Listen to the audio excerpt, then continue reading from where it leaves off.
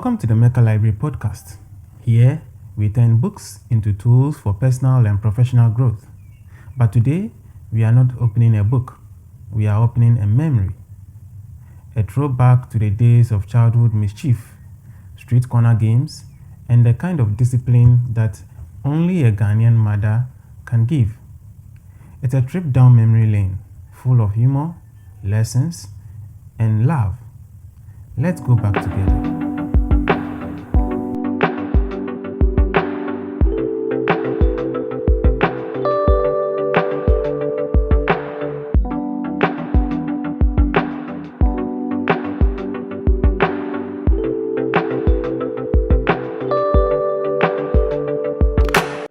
I've spent time taking stock of my life, and I thank God He gave me a mama. Not just any mama, but this particular one, Adwa Boatma. Let me confess a part of my childhood, but since she still doesn't know, don't go snitching on me. It's good to be a little stubborn, especially when you are curious. My mama wasn't the man in the house, but for her discipline, I'd be an idiot.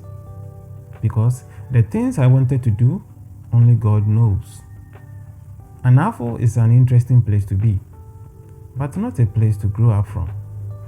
My mama warned me not to keep bad friends and made sure she monitored my daily movement so I wouldn't go wayward. She often warns me, Kwame, dem be menkoho, but she will see me coming from there. Back then, parents didn't do plenty talk. One look was enough to communicate exactly what you should understand. The looks were in different categories. A side eye means back off. 2 side eyes means you've overstepped your boundary and you will cry before bed. A soft step on your foot means stop talking. A hard one means stop talking at once. I remember going out to play one day and not returning home early.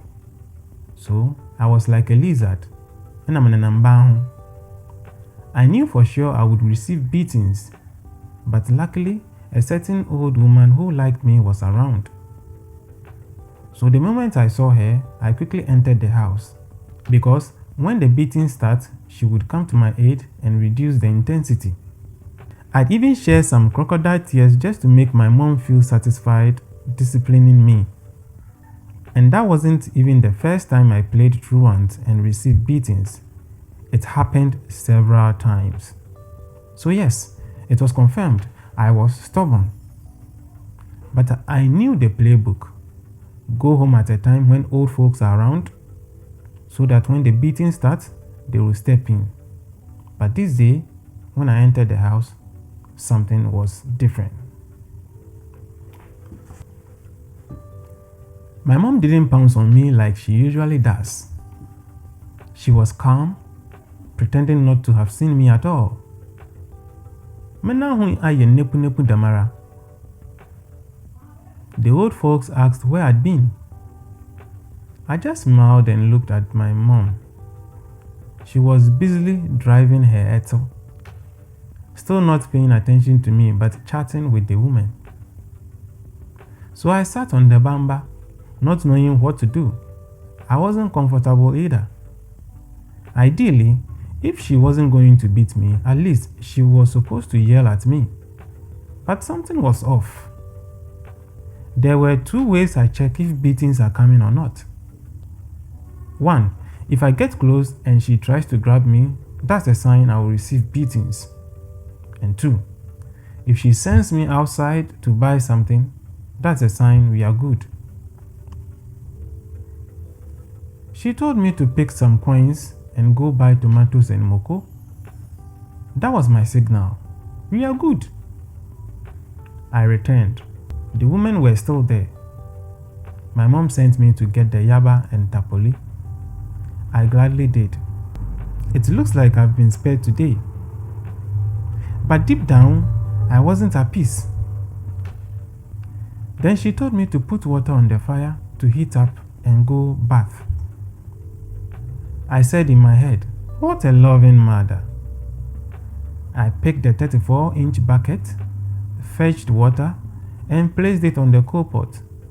Sat on the bamba waiting. After some chit-chat, the woman left. Now, one thing I always do is to scout the area and get rid of anything she could use to lash me aside her palms. That day, I made sure the place was cleared. No weapons. Then she waited a few minutes and told me, "Go and bring me a spoon." I say, "The spoon was in the bedroom."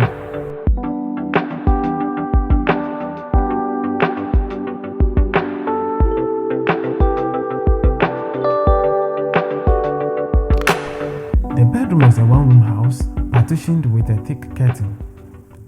I innocently entered the bedroom, searching for the spoon. Afraba.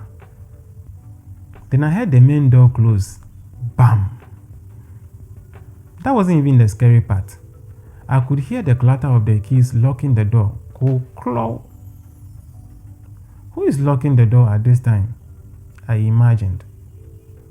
Then my mom entered the bedroom, holding Sitedia.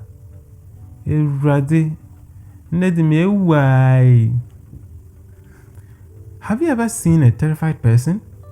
From their eyes and facial expressions, you can tell they are so want to jump out and escape. I felt pity for myself that day. The Sitedia broke into pieces during round 1. Round 2 came with a big comb. After she was satisfied with the beatings, she opened the door and said, Now, I should end this story by saying, from that day, I never played truants again. Nah, that was the very week I extended my boundaries.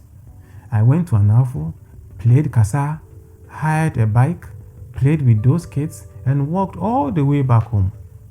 Those days, the entire community took responsibility for everyone's kids. Even the trotro drivers reported me to my dad. Well, that's a story for another time. But I am thankful for my mother, for her discipline. Ankamatiti, Ankamasekra. She is the only voice that guides me. She doesn't say anything new. It's the old things she said and did that still stick with me. When we get to heaven, I will ask God to still let Ajuabuatma be my mother. Or if there is another life, I still need her to be my mom. Because you know what? She is the best in the entire world. Thanks for listening to this episode. If you enjoyed it, share it with someone who had a strict mother or someone who needed one. And hey, may we all grow into the discipline that raised us. Catch you in the next story. Until then, read, don't hoard.